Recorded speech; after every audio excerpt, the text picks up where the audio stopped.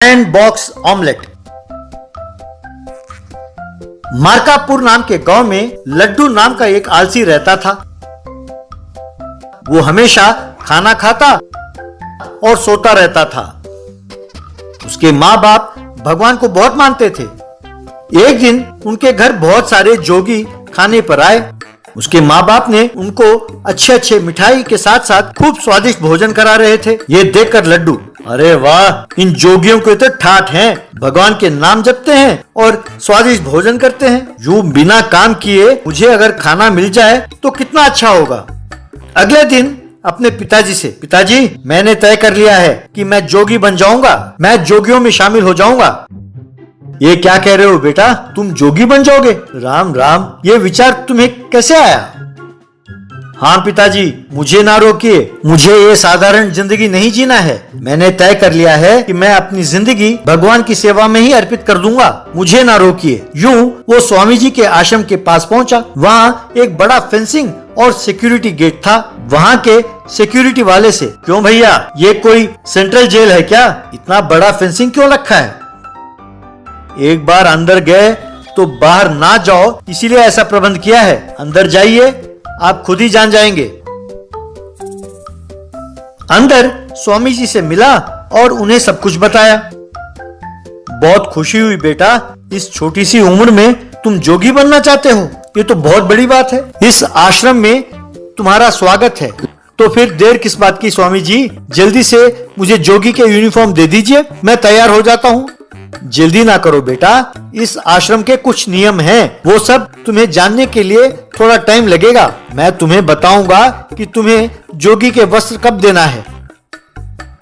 लड्डू ने खुश होकर स्वामी जी को प्रणाम किया। अगले दिन सवेरे कुकरुकू करके एक मुर्गे ने बांग दिया। सारे जोगी नींद से जागे। स्वामी जी ने लड्डू को जगाया। उठो बेटा, 4 बज गए हैं।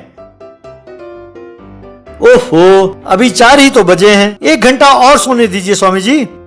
ना बेटा, सूर्योदय से पहले ही स्नान और जप हो जाना चाहिए। उठो। ओहो, बढ़िया चाय मिलेगा। जब तक चाय ना पीऊं मैं टॉयलेट नहीं जा सकता।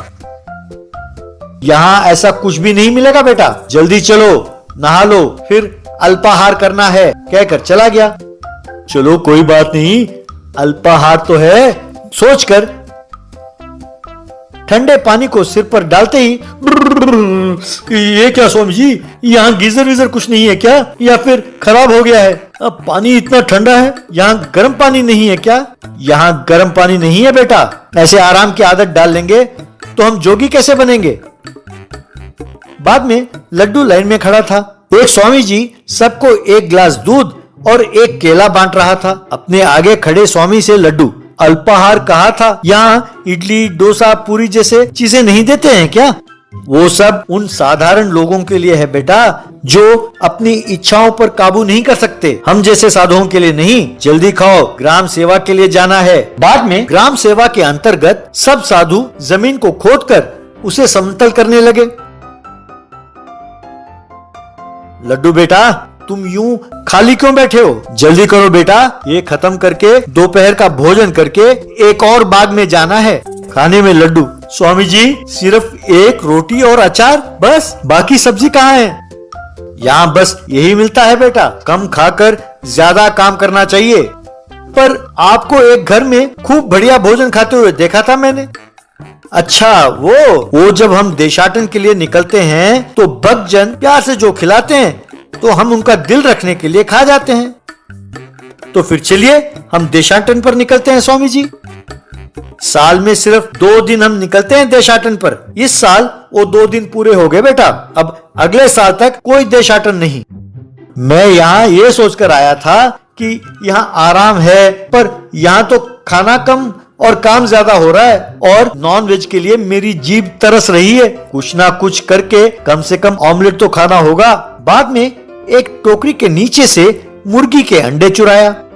उसे अपने कमरे में ले जाकर इधर उधर देखकर, यहाँ तो स्टोव भी नहीं है, अब क्या करें? रसोई में जाकर पकाया तो उन्हें पता चल जाएगा। कुछ ना कुछ करके ऑमलेट खाना होगा। इस तरह एक आयरन बॉक्स को गर्म किया और उसमें ऑमलेट बनाया और खाया।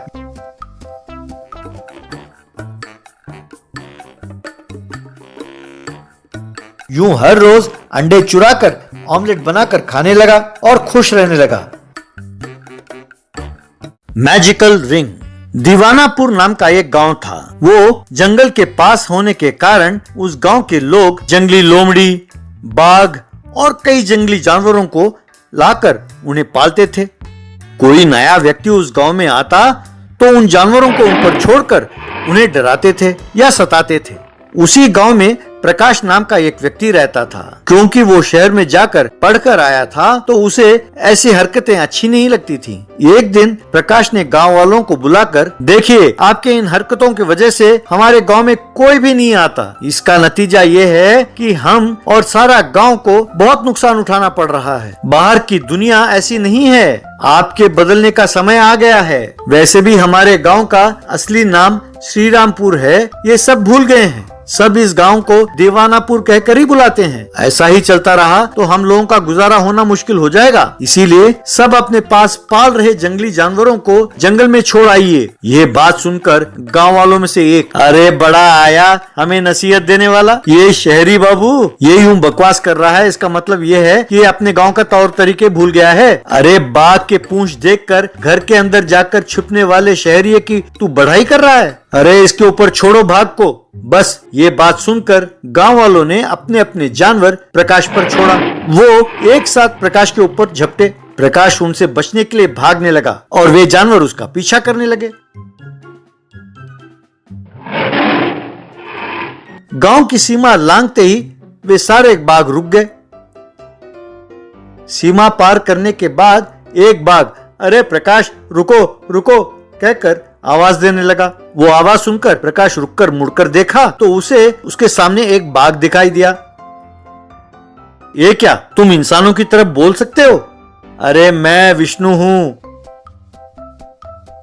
कहकर बाघ का खाल उतारा। प्रकाश को उसका दोस्त विष्णु दिखाई दिया। यार मुझे भी शहर ले चल, इन पागलों के बीच में मैं फंस कर रह गया हूँ। मैं इनके साथ और नहीं रह सकता। वैसे भी मुझे जानवरों से बहुत डर लगता है। ये पागल तो बोटी नोच कर खाने वाले जानवरों को पाल रहे हैं। हमेशा यही डर लगा रहता है कि पता नहीं कब कौन सा जानवर की बलि चढ़ूंगा मैं। ठीक समय पर तुम भगवान बनकर आए हो। 2 दिनों से देख रहा हूँ। मैं समझ गया था कि तुम उन्हें कुछ समझाना चाहते थे। मैं ये भी समझ गया था कि वे तुम्हें भगाएंगे, इसीलिए इस भेष में मैं तेरे पीछे आ गया। चलो अब ये गांव छोड़कर हम शहर में जाकर आराम से रहते हैं। ये सुनकर प्रकाश, अरे यार चाहे कुछ भी हो, वे हैं तो सब अपने गांव वाले। कुछ ना कुछ करके उन्हें सही रास्ते पर लाना होगा। तो फिर चलो जंगल में चलते हैं। वहां रहने वाले साधु जी से मिलना चाहिए। दोनों जंगल की ओर गए।